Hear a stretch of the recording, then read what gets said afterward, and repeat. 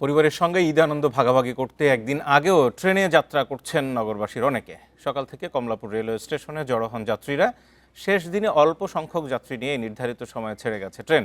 এদিন অন্তত ৫৫টি ট্রেন ছেড়ে যাওয়ার কথা রয়েছে।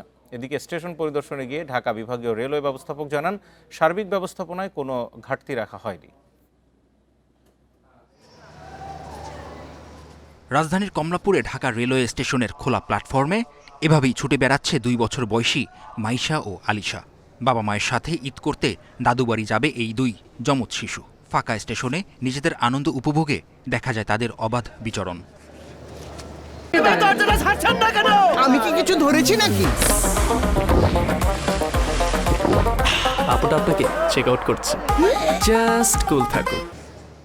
শেষ সময়ে হলেও স্বপ্ন যাবে বাড়ি। প্রিয়জনের সাথে ঈদ উদযাপনের জন্য নির্বিঘ্নে যাত্রা করতে পেরে খুশি যাত্রীরা। আজকের পরিবেশটা অনেক সুন্দর, মানে স্বপ্নের মতন একটা জার্নি হবে আশা করি, বাকি আল্লাহর ইচ্ছা। ব্যবস্থা দেখে মনে হচ্ছে যে খুব স্বাভাবিক, প্রতি বছরের মতো জ্যামজট নাই। কেউ কেউ জেনে শুনে, আবার কেউ বা সুযোগ বুঝে শেষ মুহূর্তে ছাড়ছেন রাজধানী। ঈদ একদিন দেরিতে হইতেছে, এই জন্য এই সুযোগটা লোভে নিছি। ইচ্ছা ছিল না, কিন্তু আজকে যেহেতু একটা সুযোগ পাইলাম এই জন্য যাওয়া। দেখা হবে, যেমন কাজিন, রিলেটিভস, এই ঈদের সময় দেখা হয় অনেকের সাথে, অনেক ভালো লাগে। যাত্রীদের ভোগান্তি লাঘবে ব্যবস্থা করা হয়েছে ট্রলি ও হুইল চেয়ারের। নিরাপত্তা নিশ্চিতে কাজ করছে র্যাব, আরএনবি সহ আইনশৃঙ্খলা বাহিনীর সদস্যরা। এদিকে সকালে ঢাকা রেলওয়ে স্টেশন পরিদর্শনে এসে দুর্ঘটনা ব্যতীত এখন পর্যন্ত একটি ট্রেনের শিডিউল বিপর্যয়ের কোনো ঘটনা ঘটেনি বলে জানান ঢাকা বিভাগীয় রেলওয়ে ব্যবস্থাপক এবিএম কামরুজ্জামান।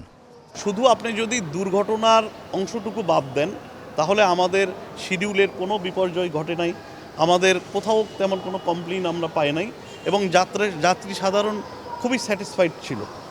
যাত্রীদের ছাদে ওঠা রোদসহ যাত্রী সেবা নিশ্চিতে আরও তৎপর হওয়ার কথাও জানান তিনি। শিকদার মেহেদি, ইন্ডিপেন্ডেন্ট নিউজ, ঢাকা।